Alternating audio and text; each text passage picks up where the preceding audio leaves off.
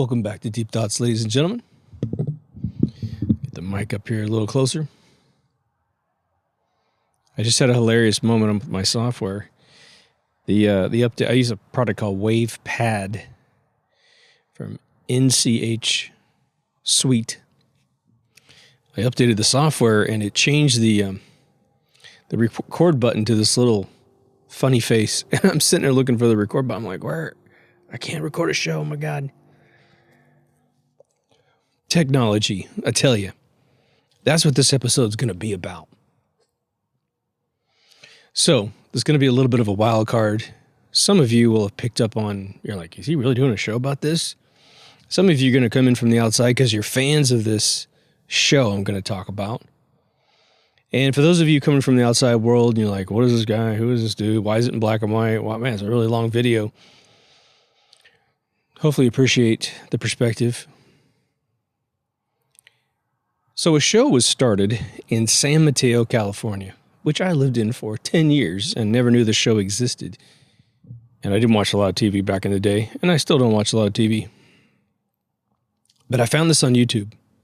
I have no idea how I found it. It was just in the feed.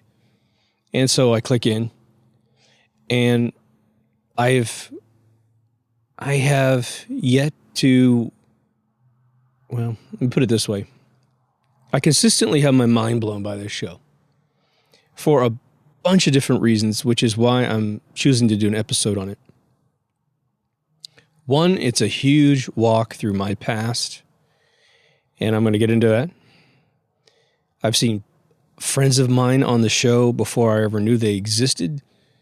I've seen employees of mine on the show, and I've seen my work on the show. This is nuts. One of my old bosses on the show. And I'm sure I'm going to see a lot more. So that's one nostalgic thing that I get from it, personally. But the most brilliant thing about this show is that I think I can honestly say that in world history, there are few programs that were so insightfully created with the perfect format at the perfect time that ran really the perfect course of time before shutting down the show. I mean, the creator's 82 years old and still kicking it. And it's just one of the most endearing walks through memory lane, but it also shows you so much about so many things, not just the technology evolving over time, because that's what the show's all about. I mean, Stewart Cheifet, the guy who created it, is a genius. And I would love to talk to the guy and just ask him, like, did you really know how brilliant what you were doing was going to be? I feel like it's one of those shows where someone says, I think this would be a neat little show. People want to know this information. And one other person goes, yeah, let's do it. And then eventually it turns into like this utter time capsule of multi-layered value, because it'll show you this. I mean, gosh, I'm going to be saying that probably 100 times in this episode of like, oh, and it shows you this, and oh, it shows you that. One of the greatest things it brings you is sort of old school America ingenuity, as well as other countries, by the way, especially Japan. There was actually a lot of episodes addressing Japanese technology, and a couple times they flew to Japan because Japan was a huge competitor in the computer market, and they were really innovating cool stuff. So it's just interesting to see other companies do things. They go to trade shows eventually, which is pretty cool. So as a business entrepreneur, you will see people make bold decisions about what to do with their companies, and sometimes they succeed at a level that will blow your mind. And other times you will see them not succeed because you will have already known, or have known the history of this particular idea.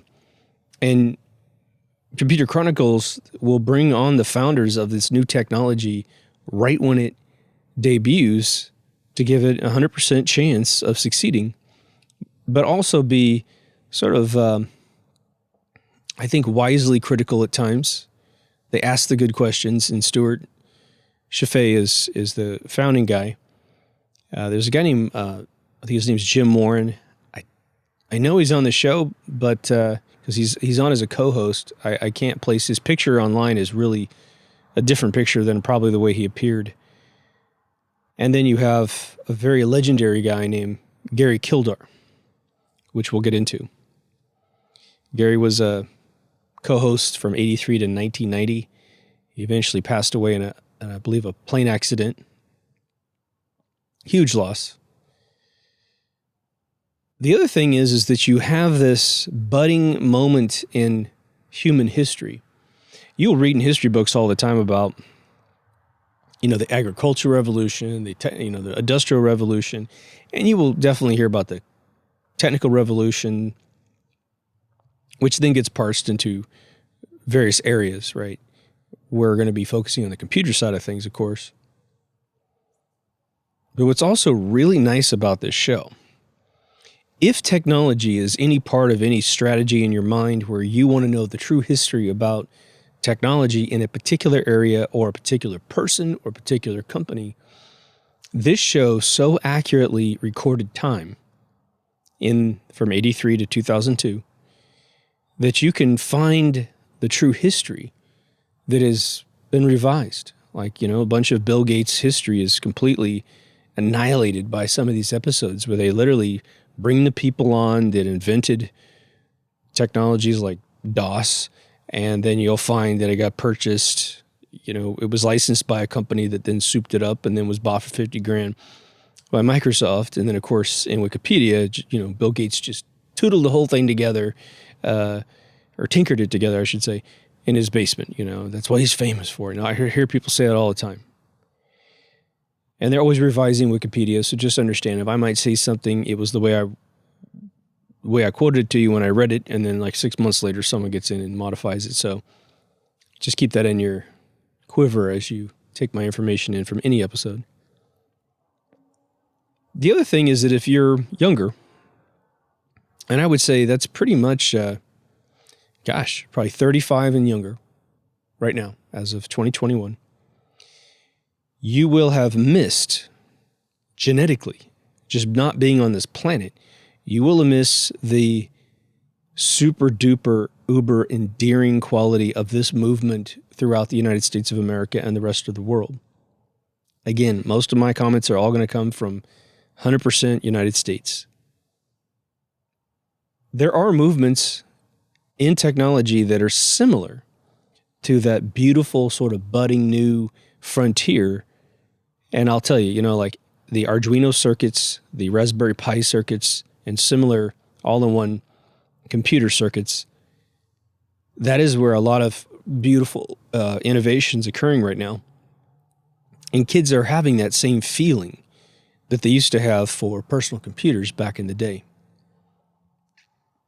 But to rewind, just to set the show up a little bit for those of you who either just like to hear about it or have never heard about it before, by the mid-'70s, you had pretty much every single computer out there that was doing anything of any major lifting in terms of computational power was always called what we call a mainframe. What that meant was, in some centralized room within a particular building, you had a pretty big-ass computer, literally physically big and, relatively powerful for that time.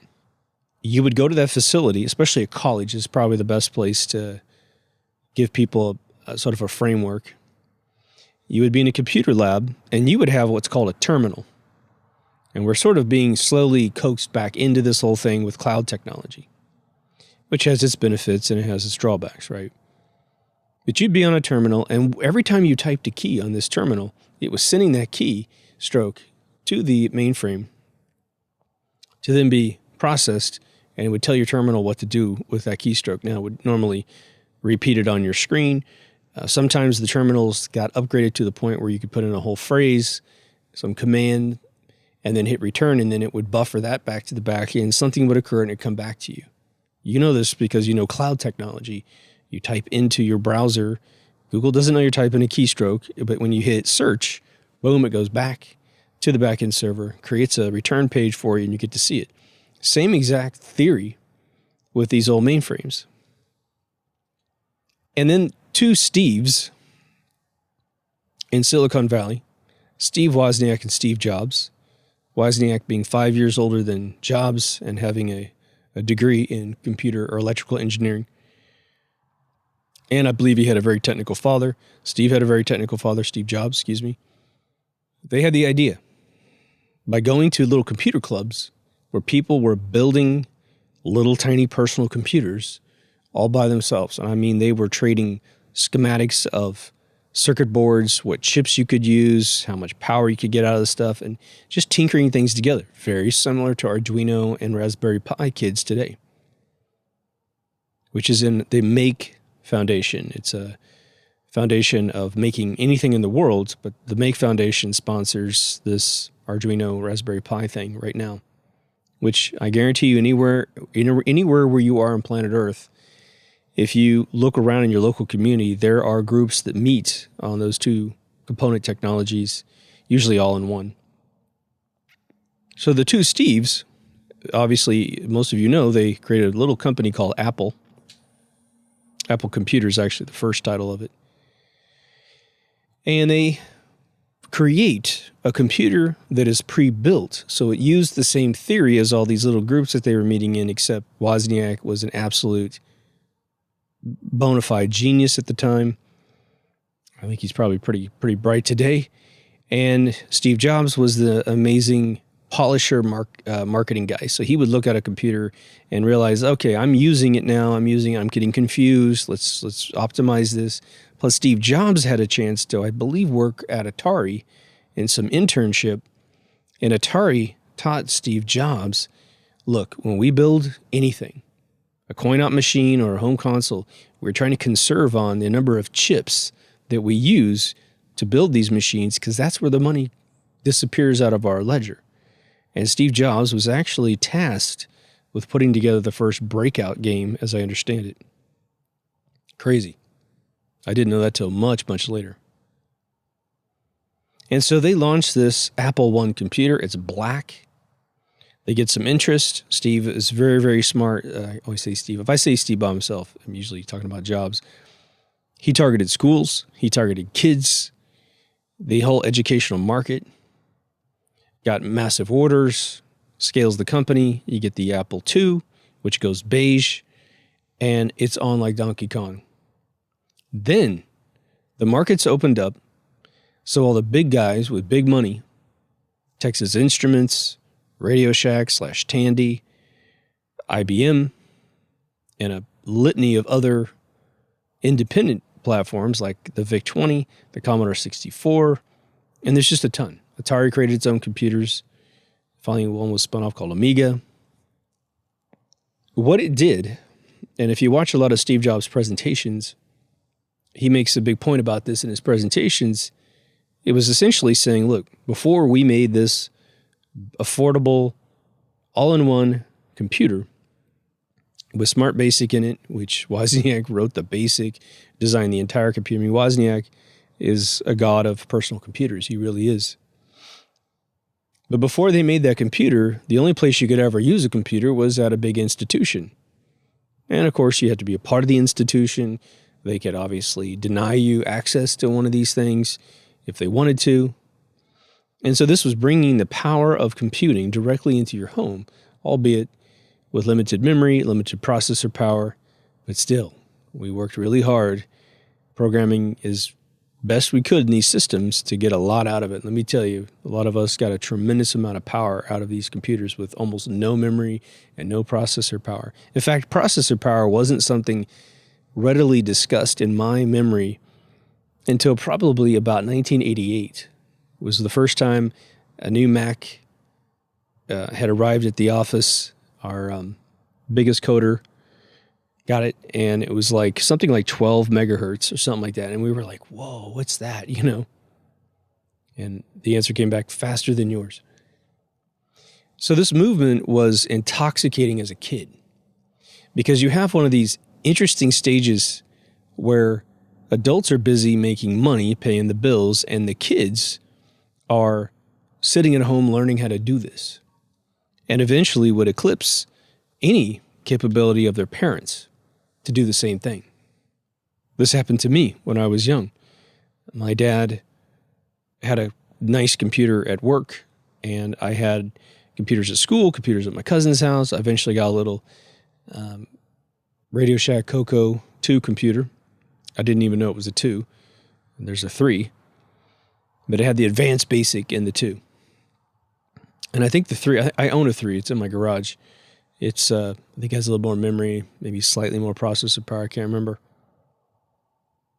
But we started writing programs, a lot of us kids, that were industrial strength programs. I mean, programs you could use at work, programs you could use at home.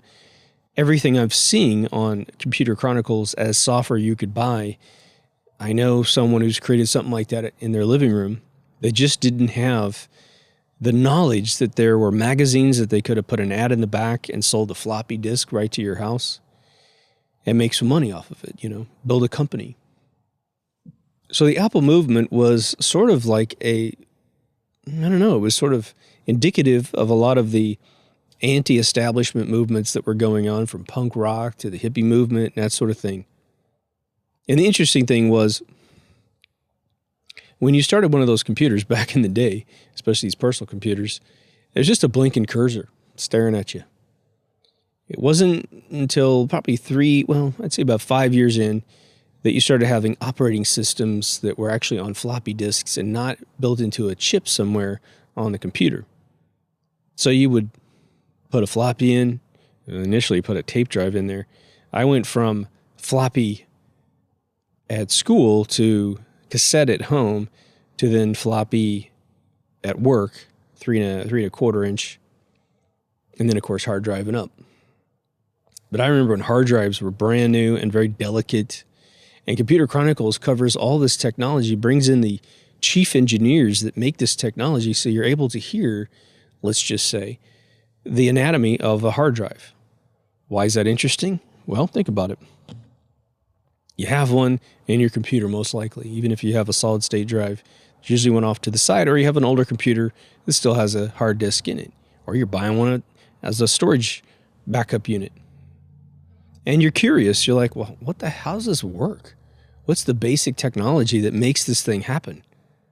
And then you watch Computer Chronicles, and the answer is right there. They actually disassemble big, giant old drives in front of your face and show you how heads float on top of these disk platters and the anomalies and all the cautions about using them incorrectly, which have now been resolved. So you can appreciate the delta between what they were back in the past, where you were paying, for instance, about $4,000 to $6,000 for a 60 megabyte drive. 60 megabytes. Okay, for those of you who don't know, a gig is 1,000 megs. A terabyte is 1,000 gigabytes. So it was amazing when you see these shows and you see people parting with tremendous amounts of money for what you have in spades in your telephone. The other thing that's interesting is you have hundreds of pieces of software covered over the course of this, 29 years? Actually, super bad math. 19 years, pardon me. Inflation. It just gets the best of you. And so let's say that you're an entrepreneur today, and you're like, hey, I want to make a mobile app. I want to make a piece of software you can double click. I want to make a website. What on earth would be a piece of software that'd be innovative today? And luckily, we've been so dumbed down that there's a lot of great ideas that have been lost that are still fairly lucrative today. And so you have to watch several episodes probably, but the nice thing about the episodes on YouTube and the general title of the episodes, which obviously you didn't get on your TV, you just tuned in and you watched half an hour, is that you can go straight to the software ones, the database ones, the ones where they're talking about mainframe technology. Which interesting is that you had a bunch of mainframe technology like Unix trying to get its way into a microcomputer. The problem was Unix was too big physically to fit on a floppy drive, a floppy disk, I should say. First time I ever saw Unix installed, it was on floppies in the mid-90s, and it must have been, 22 floppies. And we had to have the super expert come in and install it. I don't believe there was a GUI for it at the time. But the way the show is set up, and this is part of the beautiful format of the whole show, created by Stewart Cheifet, was that he keeps a tight ship on this show. Unlike pretty much any show you've ever seen, he has half an hour to get this thing done. And so typically what will happen is you'll start a show, and it will be Stewart and the current host, which is currently where I am in the show. It has a co-host, which disappeared in the 90s. The show did a big change in the 90s. So the 80s are really where I think you'll find most of the super nostalgic time capsule sort of information. But Gary Kildar, which was funny, I watched this show for probably a couple months. And then at some point, they talked about CPM. CPM rang a bell in my head because I was like, wait a minute. Gary's part of CPM, and my dad was talking about CPM in like 84, 85, telling me it was going to be the next biggest thing on the Windows platform. Or sorry, PC platform. It's a competitor to Windows. And so I look up Gary, and I'm like, he is the inventor of CPM. And here he is on the show. He's the most mild-mannered gentleman you've ever seen. And which kind of, it plays like Stewart's a little more assertive because he's the host, and Gary is just such a shy, kind of nice, genius kind of guy. Really reminds me of sort of the genetics that came out of the 70s and beyond. But here is this mega genius. What was CPM? CPM was the first multitasking, DOS-friendly operating system of its own. It was like a Windows. It eventually became a GUI.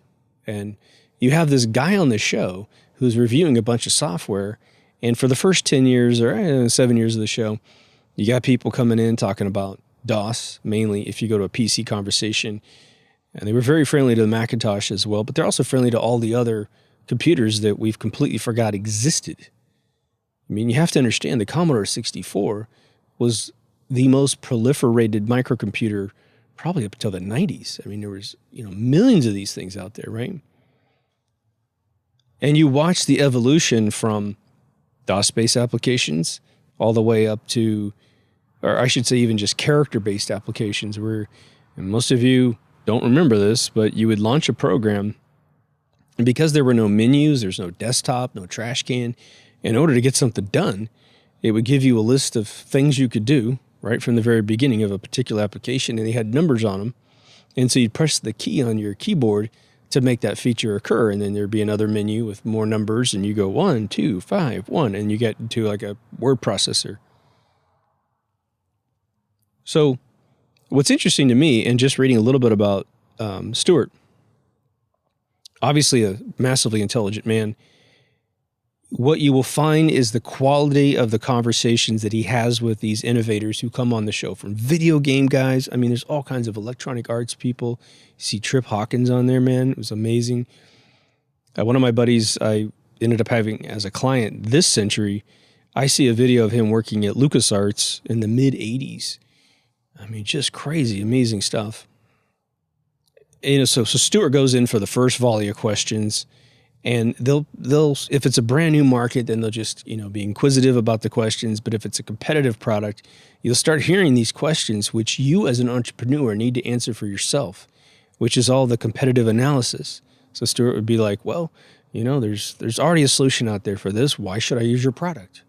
And they'd bring up their software, usually because there's a computer between them, and they demo their software, and then you go to the next level of questions. So just to finish the format, you have about 3 sessions of tabletop conversations with a little kind of video break because they're taking a commercial. We don't have to watch the commercial. And then for, I guess, up until 1997, you had Random Access, which was the closing segment, which doesn't exist at the very beginning of the show, but it gets started pretty quick, which is the news. And the news is phenomenally interesting because it will be telling you about there's a recession here and there during the 80s, definitely recession, the beginning of the 90s, and they're talking about how companies are innovating around that, which companies are having problems. You'll see some of your favorite software that you use today in its embryonic form. You'll see early versions of Photoshop with a different name. You'll hear at companies like Aldus, which was pretty big in the 90s, got swallowed up by Adobe. And so you'll find sort of how long this stuff has been around, and you might be blown away by what some of these folks were able to do with these computers that were, hardly powerful, or these incredible computer engineers would go in there and create a gigabyte drive with all these little drives. They would go in and get, a few hundred megahertz in the late 80s, early 90s by stacking up a bunch of processors and getting things to work to help movies do what they do, or networks create graphics. You see the transition between 2D graphics into 3D graphics at the consumer/professional level. And what was interesting was that once the GUI started taking off, you had engineers that were facing kind of a dilemma. They'd made a DOS application. One of them I used to use to draw video games was called Deluxe Paint, which EA helped develop for their people. And you'll see it launch, and all of a sudden you'll start seeing a menu. And just like, it doesn't look like any operating system you've ever seen. It doesn't look like Windows, doesn't look like Mac. But they decided, okay, we're going to go ahead and take advantage of the graphics card, and we're going to start creating our own menuing systems. So you can at least have a tool palette that looks like a tool palette, and not like number 1, number 2, number 3 to draw. Now, in the 90s, I just want to finish up the format for you so we can go back to the more interesting conversation. There was a huge transition, and they were on the cusp of this. Probably cusp is the wrong word. They were at the very precipice of the internet turning into an HTTP protocol, which is what we enjoy today. So really early in the 90s, they had, Gary had left the show, and he was still alive at the time. And they switched the show to have just Stewart introducing the show, and then he would walk between two desktops to talk to people, and then he would cut away to other people doing their own unique segments. And they have a guy named Paul Schneider who does an amazing sort of Andy Rooney routine at the end of shows. It's something you'll look forward to. He usually filmed from his home. And he was an editor of a magazine, which eludes me at the time, but he's a Harvard grad. Really fun guy, really endearing man. He'd have his daughter in the shot, and he would test software on his kids. And then he just is like literally an Andy Rooney of the computer industry. So that was always great. They have a woman named Jan Lewis, and she was just an utter genius. You will find she talks 1,000,000 miles a minute, but you can understand every word she says. She's just a treasure. She just wait for her to talk. When she talks a couple times, you'll start to really hope she's on the show and hope she's analyzing something. She had a tech company in, I think, Menlo Park or something. But she's also a treat to watch as well. I just want to get 2 more names in there. George Moreau was another just asset to the show. He was a little bit older than all the other folks, so he had seen a whole different perspective of things, and so he came in with, that sort of more senior view of things, where he's a little bit more forceful about what he likes and dislikes, and a little bit more tough on anyone visiting the show. And then Wendy Woods and Janelle Stelson. Janelle, I don't remember offhand, but Wendy Woods, she does sort of like on-the-spot, off-site shoots where she'll be at a particular company covering a particular story of some kind. But it doesn't feel like a dry news show. It just feels like a nice geeky show made by people who are just really into what they're doing. They love the subject matter, and it shows. It bleeds through every episode. But now, one of the interesting sort of side effects of the show is that you'll find that things, they're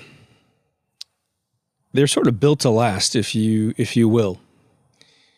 And instead of trying to plan for obsolescence, which is the game today, I was just having this conversation tonight, which is sort of kind of triggering this episode for me, where, Apple builds obsolescence into all their products. Their Genius Bar will flat out tell you that they don't want you to own a computer past 2 years. That's the ecosystem they try to impose on you. And they do it a couple different ways. Their security updates on an Apple platform are called slow down your computer updates. The new operating systems are always designed to obfuscate the calls to your CPU to make sure you have an emulation layer, which then has another emulation layer in the older computer. There's so many emulation layers that if you were to actually save a Macintosh computer, no one will ever do this, but you get a computer out of the box from, say, 2010. You never do an update. You just launch the software that's in there, and you want a benchmark test on something, and then you do a benchmark test after you update it with, say, 10 years, 11 years worth of software updates. Even though there's no technical super change to the operating system, meaning they haven't increased the composite layering for shadows and stuff. That stuff was all in by 2010. Your computer will slow down tremendously, making you want to buy it. iPhones are a joke, right? Battery life is the worst on planet Earth. 5 years behind anything on Android. And the thing just slows down. It just slows down forever. It's really sad. So on the Windows platform, nobody's related to anybody. And so there's no real cabal to slow you down. So my Windows machines, they just stay running as fast as they ever have. Now, Big Sur on the Mac has I think even sped up my computer a little bit. I'm not sensing too much, but you'll start getting beach balls no matter what. You didn't get any beach balls when you bought your Mac, but you get a beach ball later for no reason whatsoever. You can even swap out solid state drive for your old SATA drive, which means there's no more disk movement and it's still slow. I mean, it's just nuts. It's really strange. Don't get it. But some interesting things about the 80s that make this journey fascinating is that, one, there's a tremendous amount of computers you never heard of that were super popular. They do a few episodes where they bring kids from the local area into the show, and they put them in two different segments of two different age ranges to show off products that they have programmed. And your mind will be blown at these 12-year-olds that are creating full-blown applications of super creative goals and designs. They made really elaborate interfaces. Some of the kids, they have a whole sequence where they did video games that kids had made. I mean, you see this and you start looking at your own kids and you look at your own life and you start going, oh, wow, we got a lot dumber, didn't we? And so it'll put faith back into your mind of like, okay, the only thing I didn't do was challenge my kid or give them a tool, right? Which is where like Arduino and the Raspberry Pi movement not only teach kids electronics, but teaches them scripting, which is basically programming, to tell those components what to do. So they're actually programming an integrated circuit to do something special, make a sound, make a robot drive, make a remote control button, hit an infrared sensor, goes into the processor, and, make the motor go. Turn right, turn left, go forward, stop. Sense that you're about to hit a wall and stop. These kids are doing this today at like 10 and up, probably even younger in some cases, right? Now, in and around this time, you have some interesting things going on. You have the coin-op arcade industry in full bloom. It's hit its peak, and it maintains its peak until probably the late 80s, and every once in a while they'll tap in and cover that. You also had home game consoles blowing up with these little home computers like the Commodore 64. The Macintosh did come out in 84. Wasn't a tremendous platform for games, even though that's what it got nicknamed for, with its little 9-inch monitor. But you had the Apple II with a few games in it. PCs, well, they didn't have graphics cards for a really long time, so they weren't really geared for anything game-ish. And of course, they try to punish everyone else for being able to do both things, business and pleasure. The other interesting thing is that, it just depends on what kind of person you are. You will see the history of the processor innovation going from computers that, again, were never measured in megahertz because, some of them, I don't even know if they had a megahertz in them, all the way up to going through the 286, the 386, the 486, and seeing them ooh and ah over, benchmark tests on the show. And the other funny one is that, and I've seen some interviews with Mr. Cheifet recently, where he was talking about some shows that went horribly wrong, where people brought in computers that were going to be super modular.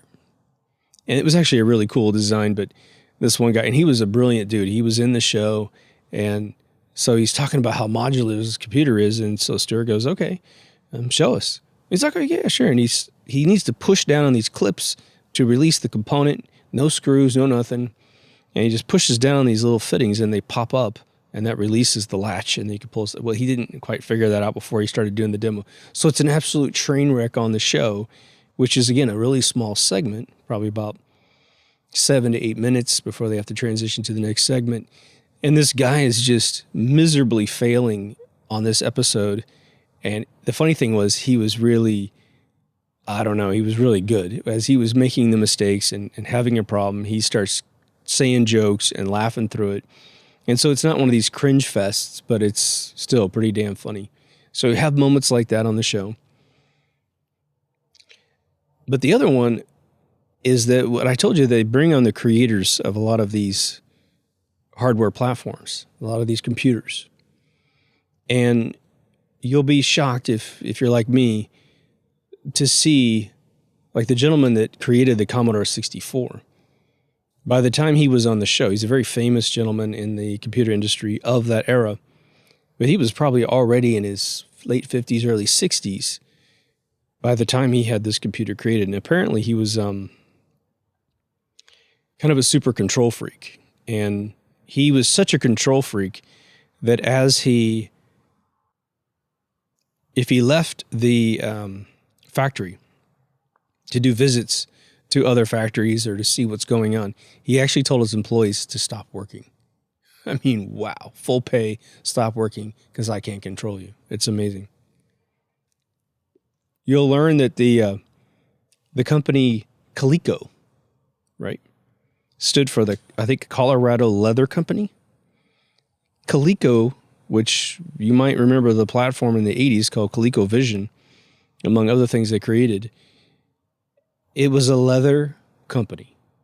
Colorado Leather Company. You take the first two letters off those three words, and you got Coleco. I mean, it was really cool. It was a cool little innovative name. They ended up, I think, nearly going out of business, and they started creating some some sort of component for the military. And then they, like, adding machines or something like that, and then they moved up and got into technology and, of course, created some pretty amazing things. You'll find out the guy that created the Commodore 64, he was credited with creating the first inexpensive scientific calculator, which if any of you are probably 50 or above, you'll remember this Texas Instruments calculator that your parents own, and you could play with it, and you can make it error out pretty easily by adding too many numbers together or what have you. So there's all these connections in there as well. The other thing that was interesting is sort of the cutting edge shows. What do I mean by that? Well, go watch the shows in the 80s about topics that seem like 80s computers wouldn't do that, like 3D graphics. So they'll have like a guy show a flight simulator. That's one you would have on your PC, which was really bad. It's pseudo 3D, right? With that really slow, probably one frame every 2 seconds update where the horizon's going back and forth, right? And then they switch over to a dude in the same room next to that guy who's creating flight simulators for the military. And you're like, hey, what, big deal. And I'm like, okay, it's 1983, 84, and this dude will show you this, I think it must have been a movie, because there was no computer in the room, I think, that could do this. You've got full-blown 3D. It's not, it's not Terminator. It's not a Transformers movie or anything, but full texture mapping on 3D polygons flying around this world. And so you're thinking about, you start to see the delta between what the military is capable of doing and what we were capable of doing. You'll see the birth of computer piracy and some of the philosophies around computer piracy. A lot of software, obviously, when it first came out, you could just duplicate the disk and pass it to your buddy. Now, again, if someone's not going to buy software, they're never going to buy software. It was like the internet was very bizarre in the 90s because we had people that would not update free web browsers. It's free, and they wouldn't update it because their mind said it's going to cost money somewhere down the pipeline. To this day, it's still free. Shockingly so. Another interesting category to watch develop is music. Went from in the studio live to inside components like beat machines to then MIDI. And it's funny, I forgot what the MIDI acronym stands for, but you get to see guys creating music in studios, or one, you just get to see some funny fashion too, and some funny music. And there's just tons of geeks out there in the Bay Area. They had infinite supply of experts in the area that were doing this for a living. And you get to see, well, wow, we could do that way back then, or wow, we couldn't do that way back then, and look how easy it is today. It's on every laptop, right? For those of you that enjoy laptops and you're young and you don't know what we went through to get to laptops today, you will see unbelievable dinosaurs on this show. Big, giant, pretty much pizza box PCs. They're actually bigger than they're almost bigger than the CPU of a 1981 IBM PC. And, they have a little monitor inside, and the keyboard kind of flips up and sticks to the front of the box, like the old Osborne system.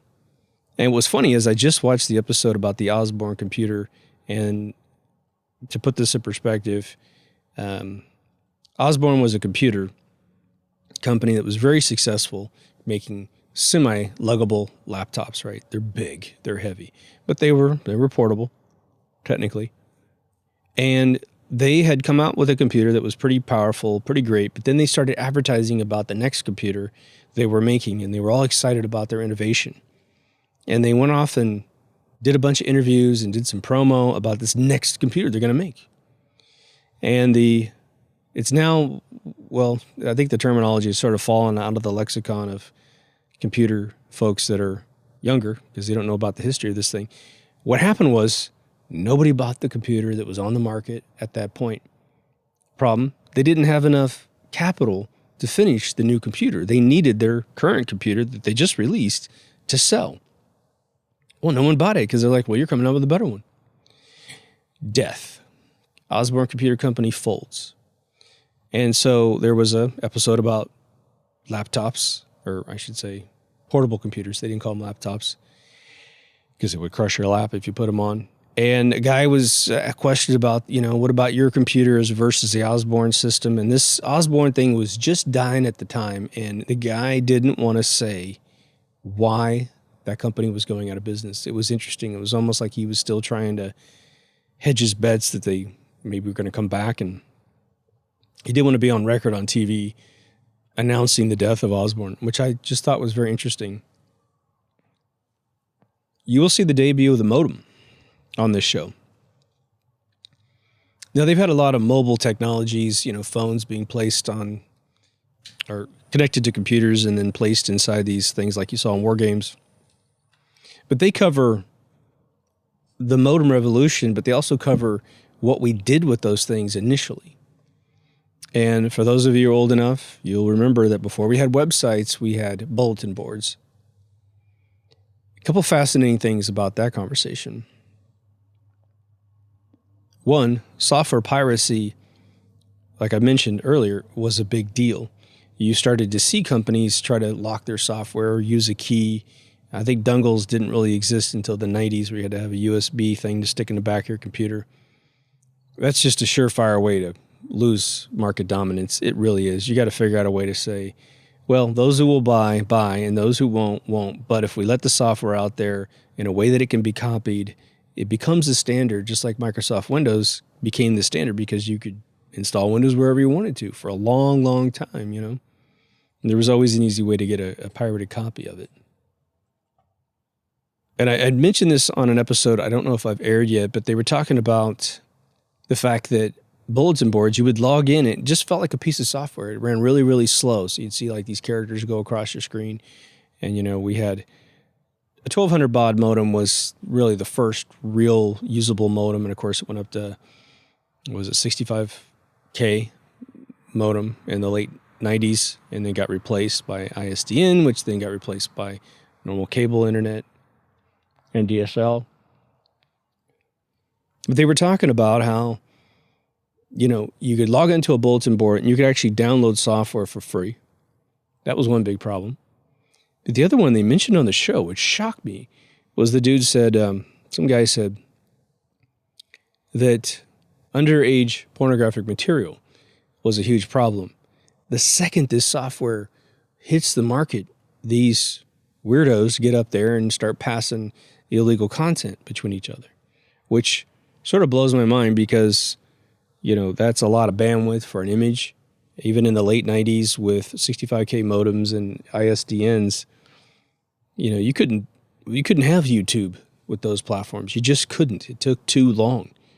It took, 10 minutes to get down maybe 5 seconds of a video with any resolution that you could make out what you're looking at. So, that was a problem that existed a lot earlier than I thought. But now, just to stress, this show covers how software penetrates every single market in the world, from games to medicine to accounting to word processing, desktop publishing, video composition, eventually in the 90s where you could buy a card. I remember the first time I did video back in the 90s, it was amazing. The contacts I had when I was in the Bay Area for 12 years. I was probably only there a couple of years, and they said, okay, you're going to go to Apple today, and you're going to get a beta copy of this new software they've created called QuickTime. Then you're going to go to the store, and you're going to buy a $3,500 video capture card. You're going to bring it all here. You're going to record the first video for us, and you're going to put in this presentation. It was like literally almost like a postage stamp size video with maybe, I don't know, three frames a second, maybe. So I go down to Apple right in their old brown building before they built the Infinite Loop building. And I'm standing in the lobby for probably 45 minutes. And the dude who invented QuickTime is upstairs burning me a copy of the disc. And so it comes down and gives it to me. And I don't really know what I'm getting into. And he gave me a CD as well with a bunch of videos that they had created internally.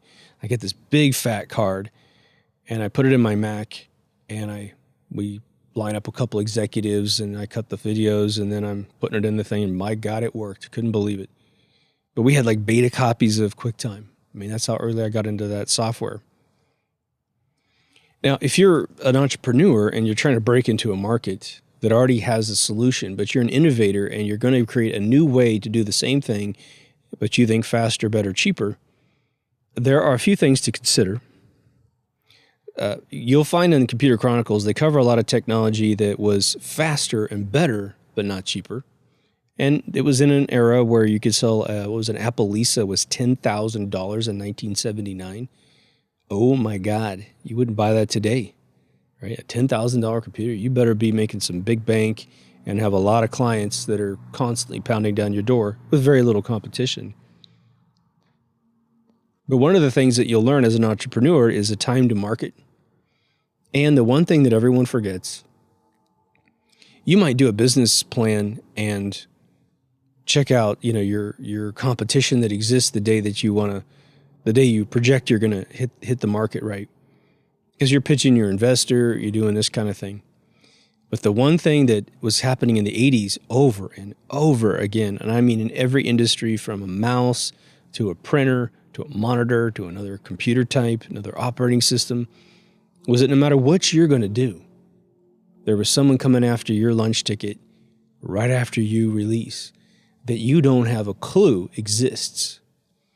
And so what ended up being the case in several cases, and like optical drives being one overpromised technology that face planted. You remember Steve Jobs' next computer, I believe, had an optical drive in the center.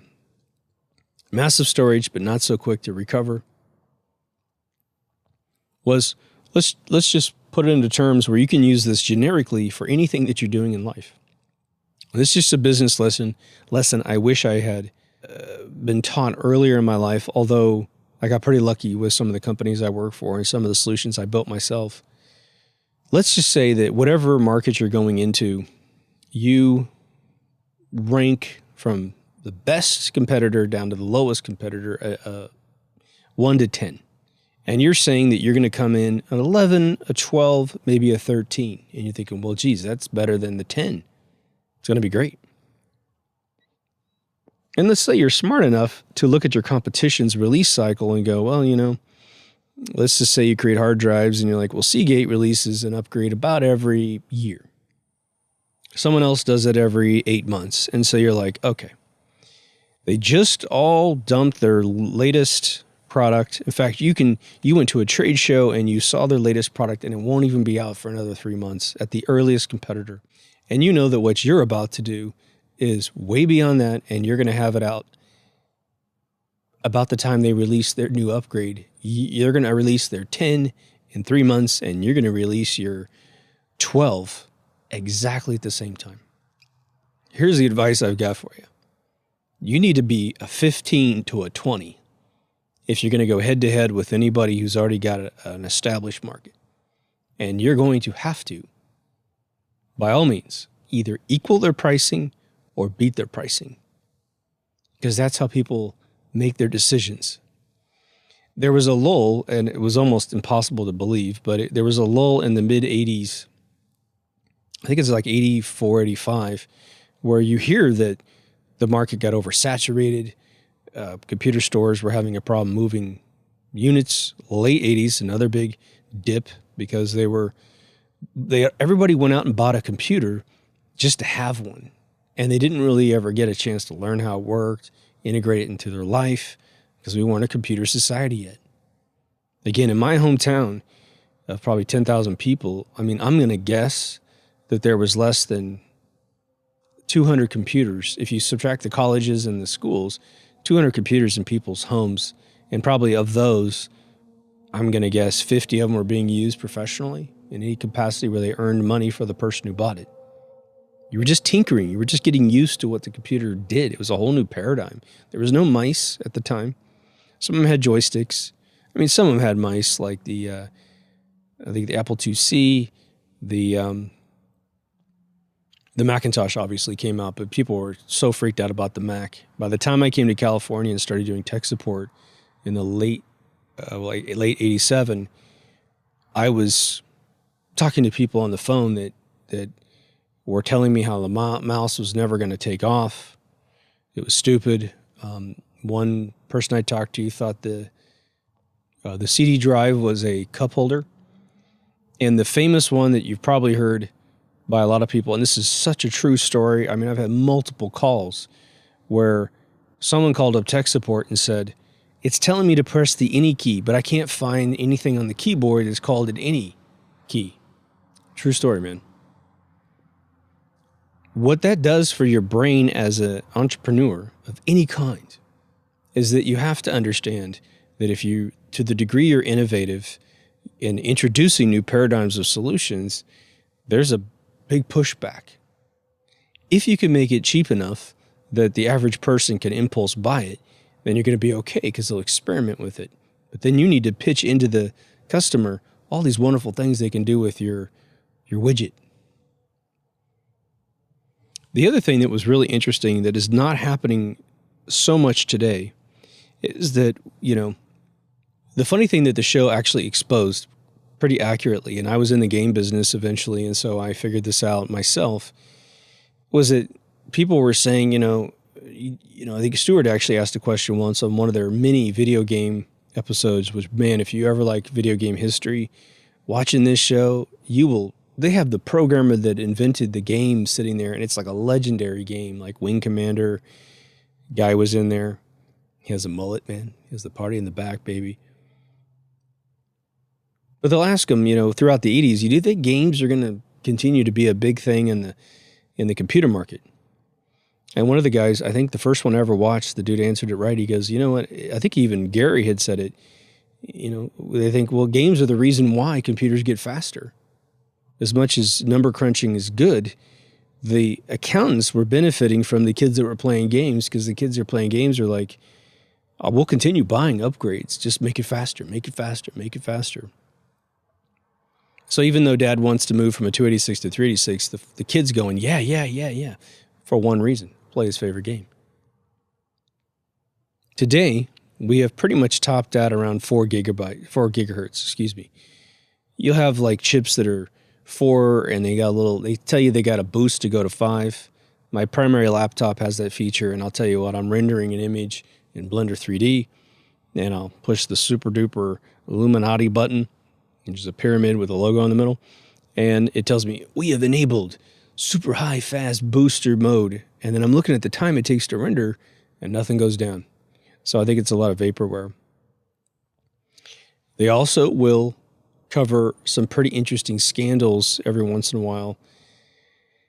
And, there was a company that sold a piece of software in 1994, just before, actually, no, it was early, it was like end of 94, beginning of 95. And they told you that this piece of software would double the memory in your computer. And I remember this software coming around. I obviously didn't buy it. It was like $80. I'm not trying to teach you how to be a criminal, but teach you how to actually avoid, if it sounds too good, it probably is. That old adage, right? I don't know how, they sold millions and millions of copies of this software. What was the premise? The premise was you install this piece of software, reboot your computer, and from that point forward, your memory is compressed when it's in a particular state. And so you got more memory. But they're talking about a 100% increase, twice the memory in your computer. Now, what's weird about that is by the time this software was sold, computers had already engaged what's called virtual memory, which is they start using your hard drive as memory instead of your memory because you've run out. I don't know if operating systems still actually have that functional, since we have a ton of memory now. And I get memory warnings every once in a while on my computer, or Blender just crashes. But eventually, somebody bought this software and they ran a computer lab, and I think it was actually a group in Germany. And this is actually very common. German engineers will bust a lot of big companies making claims. In fact, they'll find security keys for intelligence agencies inside operating systems and bust them. But they got this software, they looked inside, looked at the code by decompiling it and said, we don't see anything actually occurring. They watched memory. They didn't see anything compress. But the reason why you thought you were getting double memory is that they created an interface that looked like speedometers. And they'd say, this is how much memory you have. And then in the next speedometer, it showed you only using half of whatever you were really using, giving you the impression that you were getting a speed increase / more memory. Because back in the day, we didn't have a lot of memory because it cost a lot of money. And computers in themselves couldn't hold that much memory. And of course, it was a sluggish process of operating systems getting bigger, which means they consumed a bunch of memory right when they booted up, and you only had a little bit left. And so if you're launching some big video editing software or Photoshop or something like that, you could run out of memory really quick. You load a big document, you're done. Anyway, these folks got investigated by the end of the year, which I believe was by the FBI, saying, okay, you need to prove that you're doing this because we have tens of thousands of complaints in this class action lawsuit. They essentially caved and said that they also said they had patents to do this, and they didn't have any registered patents or anything, not even filed patents that are pending approval.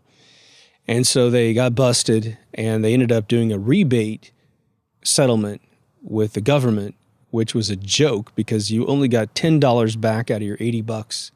Plus they had spent all the money on themselves, bankrupt the company, everybody got screwed, and they must have run away with, tens of millions of dollars. So you get those little lessons as well. Now sometimes too, what'll happen in this show for research purposes, in case something, sparks a little flame in your brain where you're like, oh yeah, what about that? Computer Chronicles will do a quick little maybe random access report on something, or they bring in a person to talk for, 3 to 5 minutes. And what you'll do is you'll go, oh, that's interesting. And then you go look up something else on YouTube about that specific issue. And that is the case with the doubling memory episode. The other thing you'll find is some innovative technology that you didn't know existed at the level it existed back in the day. And I've got this weird personal story of my own that when I started learning computers heavily after I moved back to Kansas from Massachusetts,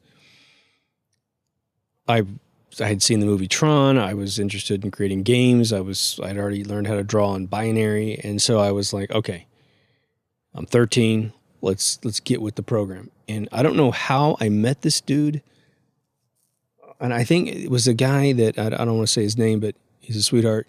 He used to get, you know what it was, is my cousin knew him. And one of the big things when you were a kid was that you wanted to own your own floppy disks because that was your world. Those disks contain your whole life work at that point. And getting them was tough. And so it was tough because they were expensive and you didn't have any income. And even though I did start working at 13, you make $70 in a month or something like that. So I had a little bit of spending cash working in a movie theater. And so what we would do in town is we would pool up all of our cash and go through one guy to get the discs at bulk discounts. And this is where I met this guy. And so I told him, I said, can you help me out here and there? And he's like, yeah, sure. And he was super duper helpful, really taught me how to use certain tools to make my first graphical video games. And then I went to college once to meet him because we were having problems finding an Apple II. Because I wasn't in high school yet, and that's where all the Apple IIs were. There were no computers. There was one Apple II in middle school, which we called junior high. But, it had to be open. If it's summertime, it's not open at all.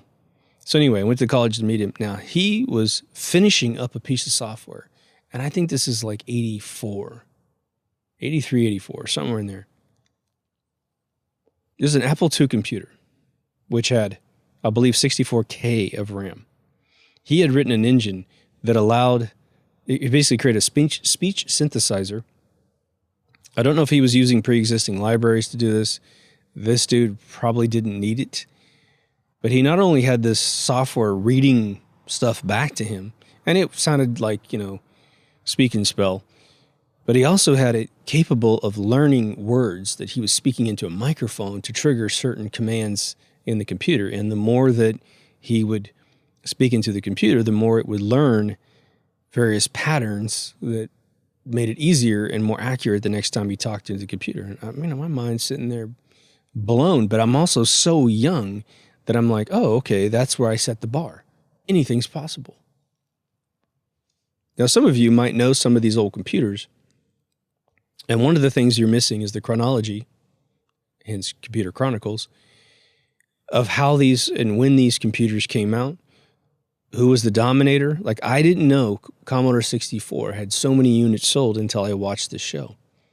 The other thing is that I'll watch an episode on this show, which obviously kicks off some related episodes in my YouTube feed. But they'll have the guy that, for instance, created the Commodore 64, and he broke out and he bought Atari and started creating a series of affordable home computers that were very powerful. Like very powerful for the time. Like 128K in RAM when most computers only had 64. The computer I programmed at home had 32K. But I was still able to create synthesizers. I created a paint application with fonts in 32K, man. With run-line encoding, which I didn't realize Unisys had a patent on, such an obvious thing. And because you get these other videos in your feed, what I'm watching on Computer Chronicles is this guy who bought Atari and created this computer. It's called like the NT or something like that. And it was really inexpensive for the time. And I didn't know I didn't know if this succeeded or failed because I had never heard of the computer in my lifetime. And so then I watch another video and I find out that computer blew up and made a lot of money. But there came a point where computers were separated between two different hemispheres, and it was really interesting to see this. The first computers we got were so weak because there were no chip companies that were making chips for this entire purpose for a few years. When they did, well, there's a high price tag on those initially, so they had to work to increase their manufacturing to get the prices down. That's what the guy who created the Commodore 64 was a genius at, was designing a highly functional computer with cheaper chipsets that he would travel the entire world to find one chip for way cheap, like a sound processor or a CPU or something like that. And this is how you can learn how to run your business to make sure that you can shave money off of a component without sacrificing the functionality that you're looking for. And that's his genius. That's how he made the calculator for TI, excuse me. My first computer I ever programmed on, well, actually, shouldn't say program, contributed artwork for a game, was the TI 994A, Texas Instruments 994A. But you had this divide. When computers started getting much more expensive, crossing the $1,000 threshold for the late 80s was a big deal. And it grew super fast. I mean, my first computer I actually totally owned on my own was for college, and it was like a $3,600 computer. It was like the 2VX, I think, Macintosh computer, which, man, I felt like I was flying in the Concorde every day I came home, which then I eventually upgraded to a PowerPC 60 megahertz computer. But so you had these like Commodores and these Atari Amigas, and I think even ColecoVision had come out with a weird computer. And some of these ventures destroyed these companies. Like ColecoVision had come out with this computer, and I don't want to say the name wrong, but it really tried to be everything, everyone, trying to make sure you could play all the old Coleco games through it. It had bigger and better games that you could play, but it had 2 cassettes in the front. And just to give you like some of the interesting foul-ups that happened that will just blow your mind that these computer companies screwed up so badly. They had a power supply. Well, the way you got the computer was you got the computer CPU, you got a keyboard, a couple ColecoVision joysticks, and a printer off to the side. Well, they announced the unit at $500. It's going to be available for Christmas at a trade show. And then it came around, 3 months later, and they were like, oh, it's actually going to cost you $700, not $500. Oh, wow. That's a huge increase in price, right? And then they were delayed. And the delay came from the printer actually working properly. And everybody who was at Computer Chronicles who analyzed this machine said, I think it was even Gary might have said, I can't believe they got this printer down for this. It was like $500, because they were like, that's usually what a printer costs is $500. They're giving you a computer and a game console with the whole thing. Well, eventually it went to $700, but they did a really interesting thing. In order to keep the CPU light and compact, they put the power supply for the whole thing in the printer. But I think it was like 2 out of 10 printers worked, and the other 8 had to be shipped back. And they said it wasn't uncommon to ship this computer back 5 times to get a running model. And a lot of consumers just gave up and were not able to get their money back. So that's the first big problem with that unit. The funniest one was that, I should say one before that. They put 2 cassette tapes in there because we had a lot of cassette tape work. I was working in cassettes until I moved to California. All right, well, cassettes were dying because floppy drives were out there like crazy and hard drives were right underneath it. But they wired a power supply unit really close to the cassette tape. The 2 cassette tapes were as follows. On the left was a cassette tape with the operating system on it. And the one on the right was what you use to save and store any of your work. Kind of a genius for a cassette tape. Had this computer come out in the early 80s, they would have mowed up the world with this thing. Not at $700, but, something like that. Just to put it in perspective, the average game console was about $150 to $199. I don't think it got over $200 for quite a while. But here was the problem. If you were to power up this computer with the operating system cassette on the left in place, there was a huge EMP blast from the wire, and it would fry the cassette tape. Not the whole thing, but, it would just jab a huge, vector of electricity through the cassette tape, just erasing a bunch of the bits in some random, like almost Hadron Collider way, right? And so the cassette tape would just fail. So you'd load up your computer and it wouldn't work. Great. And eventually they just put a sticker on the top telling you not to do that. They never fixed the problem, which is just unbelievable. Moving a power cord, come on, you move it 2 inches back from the front plate and you're probably okay. Nope. So you'll find these stories like that where people were trying to do something great and it turned out to be the worst thing that ever happened. And then Coleco itself, tanked pretty hard. I don't know if anyone's ever bought that name since then. I don't remember seeing it. Maybe they have. You also see innovations in video games that are, I think, extremely important, which will then train your brain for if you're trying to get into a market and upgrade a product that already exists, you can start seeing the out-of-box thinking that some of these geniuses did in the 80s so that you can apply it to whatever you're doing in your world.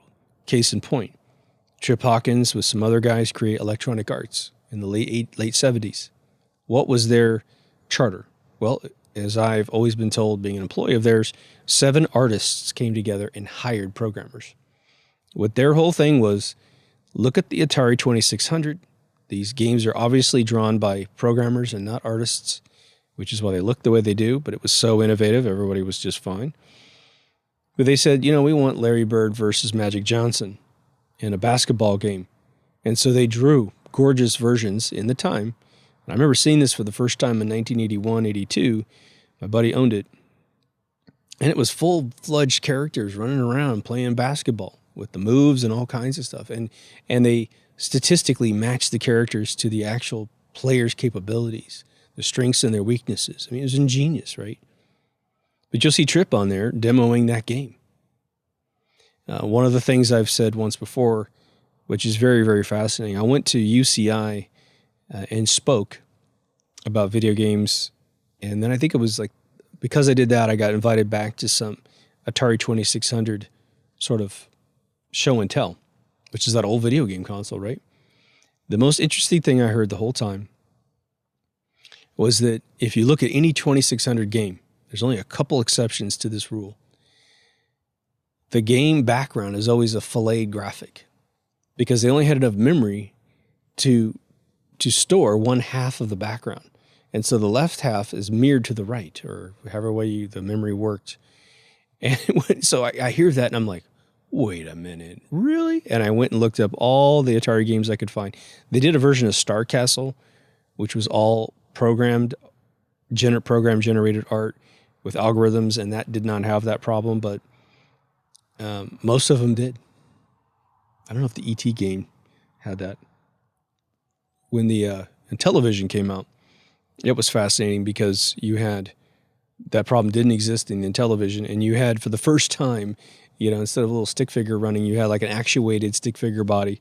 And if you play like Tron Mesotron, you have this world that you ran in, and it was just intoxicating as a kid. But in a way, Computer Chronicles handles the computer revolution a bit like this show is designed, which is, I'm always taking you guys through emotions for various effects, from meeting an alien to contemplating something. And what we do is, I slow your brain down to metabolize your thought as a cogwheel, the next indication of your thought, the next one, so you can see how your brain works so that you gain more understanding of yourself and perhaps your impulses. You can start to appreciate your diagnostic capabilities of checking out a situation before you react. And what you're seeing in Computer Chronicles is the slow development of all of these concepts that we take for granted today. And it's very powerful because, again, they're just themes and algorithms of how to think so that you can apply them till today. The interesting thing about the show ending in 2002, and I haven't watched a tremendous amount of the 90s because For me, it's less nostalgic. I was in Silicon Valley. I was living in San Mateo. The only thing that's kind of nostalgic for me is seeing, again, friends and family and I shouldn't say family, my friends and my family, but like employees and stuff on the show. That's pretty fun. The one thing I actually saw that I did utterly blew my mind, which was because I worked for the TurboTax people, which was called Macintax and TaxView back in the day under the company name SoftView. Susan Morgan, she's the wife of the dude who made it, Michael Morgan. She was our CEO, very revered in the industry.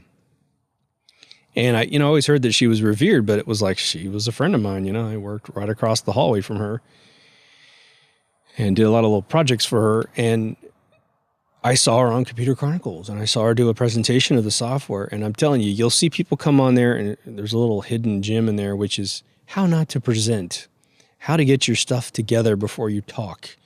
They covered OS2 Warp in one episode, and the lead spokesman for IBM at the time was this woman, very, very elegant woman. She's talking, and she has no clue what she's going to say. She doesn't have her pitch material down. She's wandering around the conversation. She's got huge pauses between everything she's saying as if she's trying to imagineer her pitch on the air live. I mean, it was nuts. They had her on like an off-site shoot.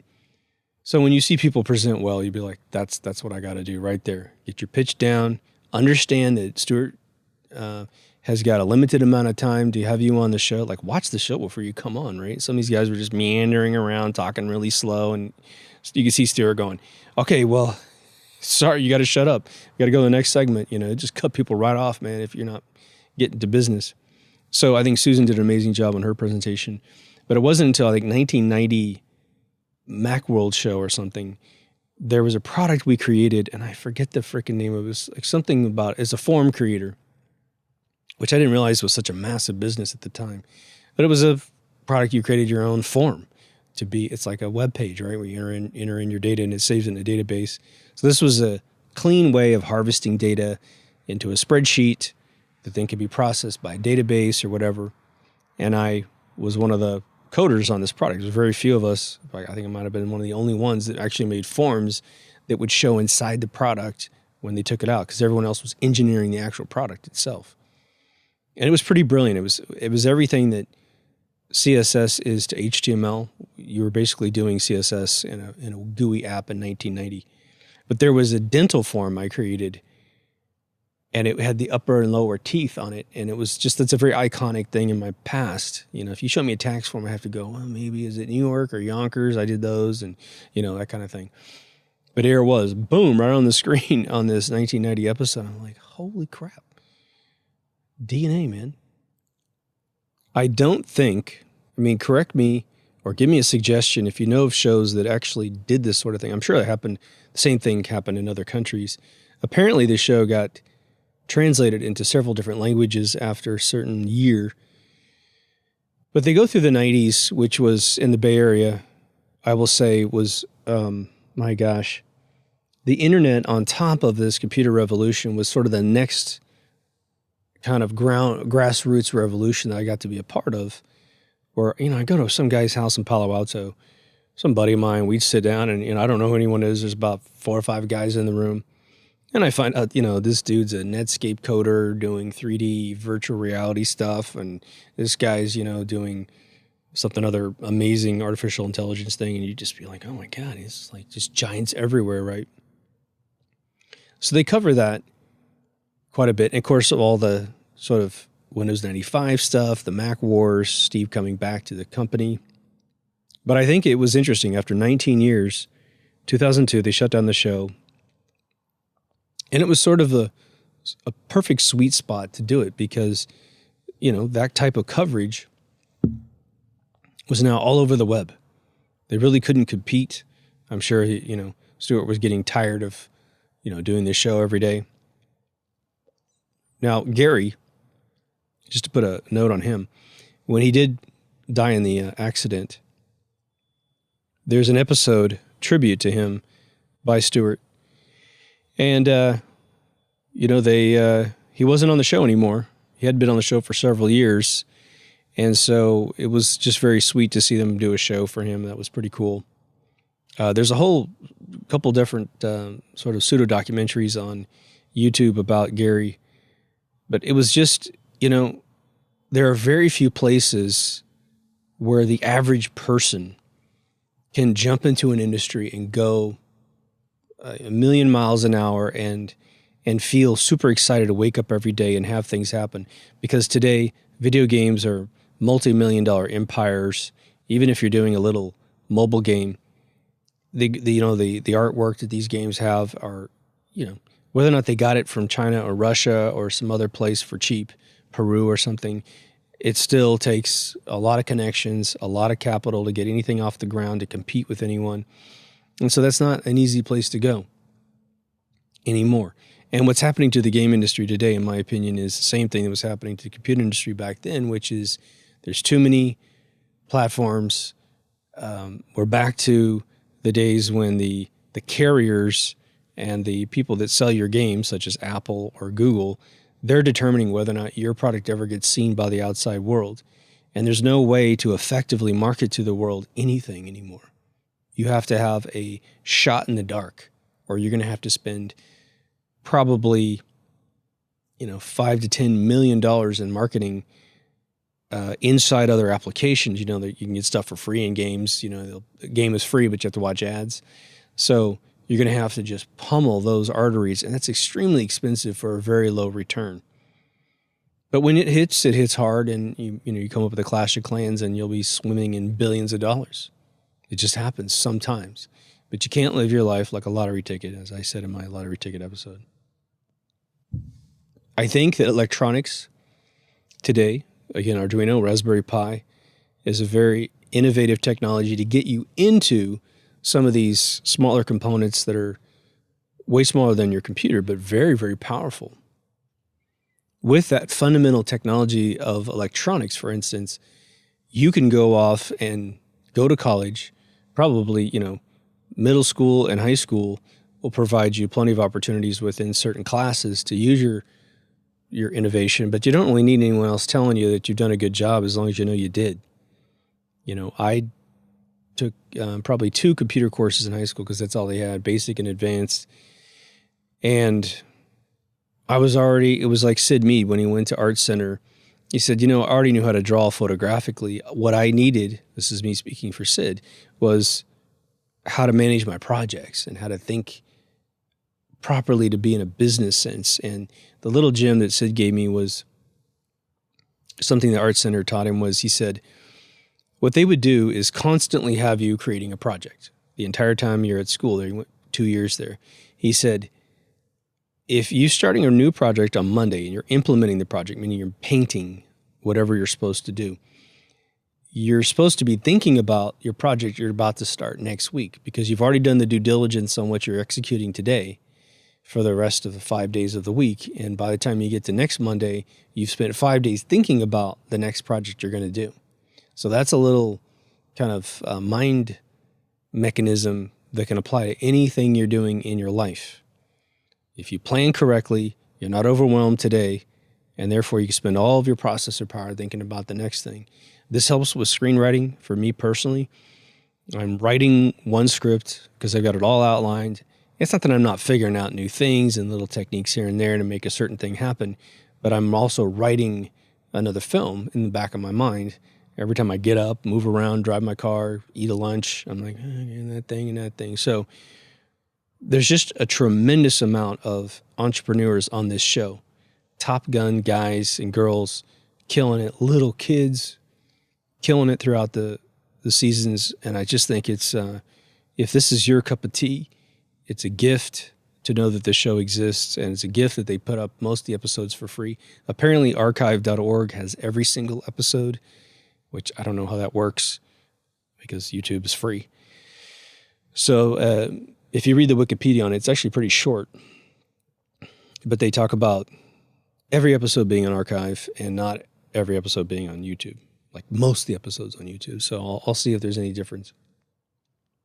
I feel like in the midst of all this crazy that we're dealing with in the world, it is beautiful when you create a little quarantine area in your brain where you can have some fun, you advance your skill sets, and really feel empowered to control your future and your present, of course.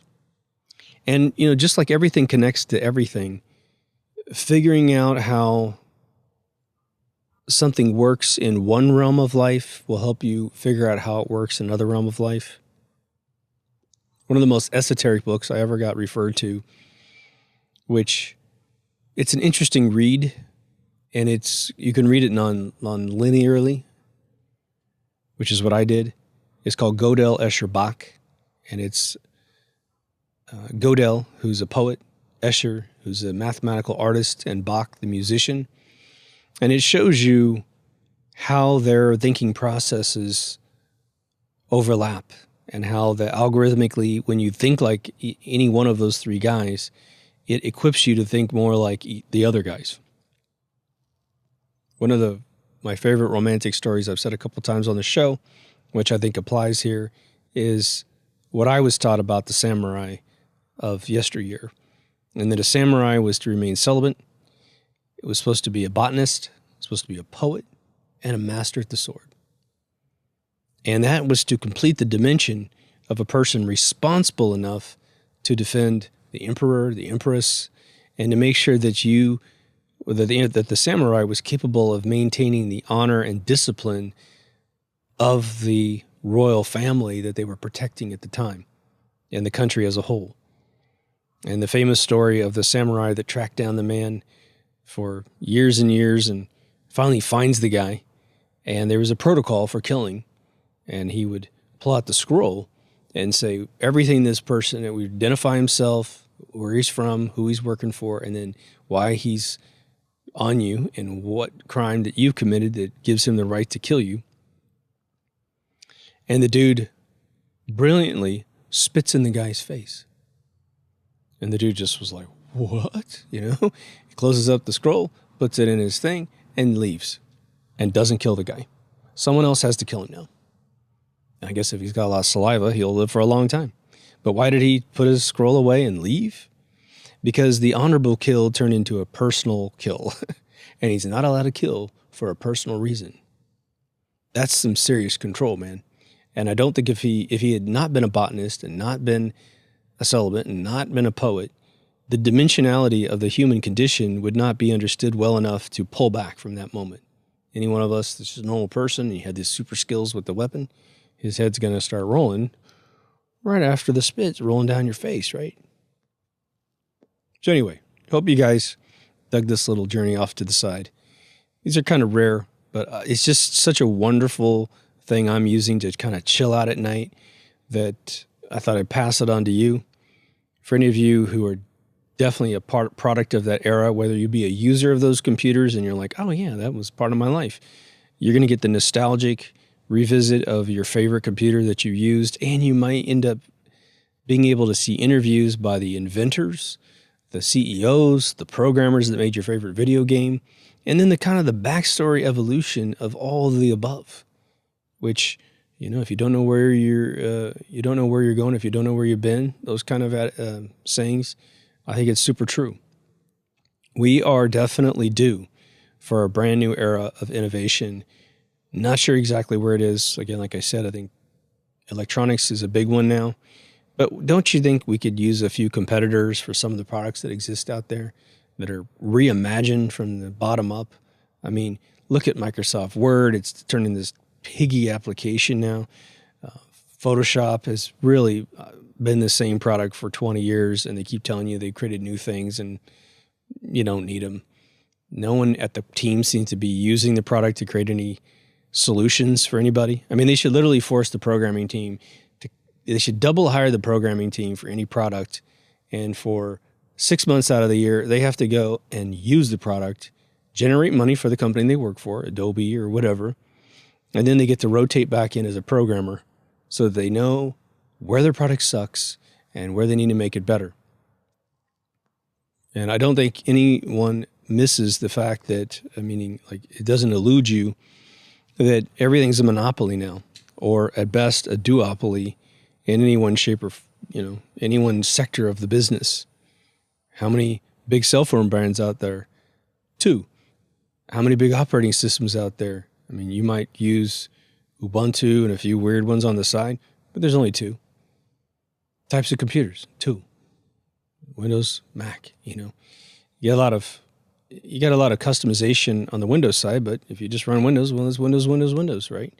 So I think there's tremendous opportunities to tweak things and make a lot of money, to reinvent things and make a tremendous amount of money. And I just want to show you maybe a source where you can get it, sort of the thinking back in your brain or in it for the first time. If you came here to watch this and you've never seen an episode of Deep Thoughts, know the rest of the show is very, very different from this. But I'll do these episodes every once in a while. I covered What's My Line a long time ago. You know, not exactly the charter of the show, but it's a variety show. Got to keep things spicy for you. So just know if you venture away, you may not like the other stuff. So if you do, hit the subscribe button. We'd love to have you. And on that note, you should go to deepthoughtsradio.com and bookmark that page so that if we get, some extra freedom from big tech corporations and we disappear from certain platforms, you'll always know where we are. On the website is all the video, audio, social media, all new remastered season 1 on a different channel, a store, and a way to contribute to the show if you so choose to. For all of those who do, I thank you so much. You're in the credits forever, and you'll get these episodes at least a day before everyone else, about 85-90% of the time. Anyway, take care of yourself and someone else, and I'll see you on the next Deep Thoughts.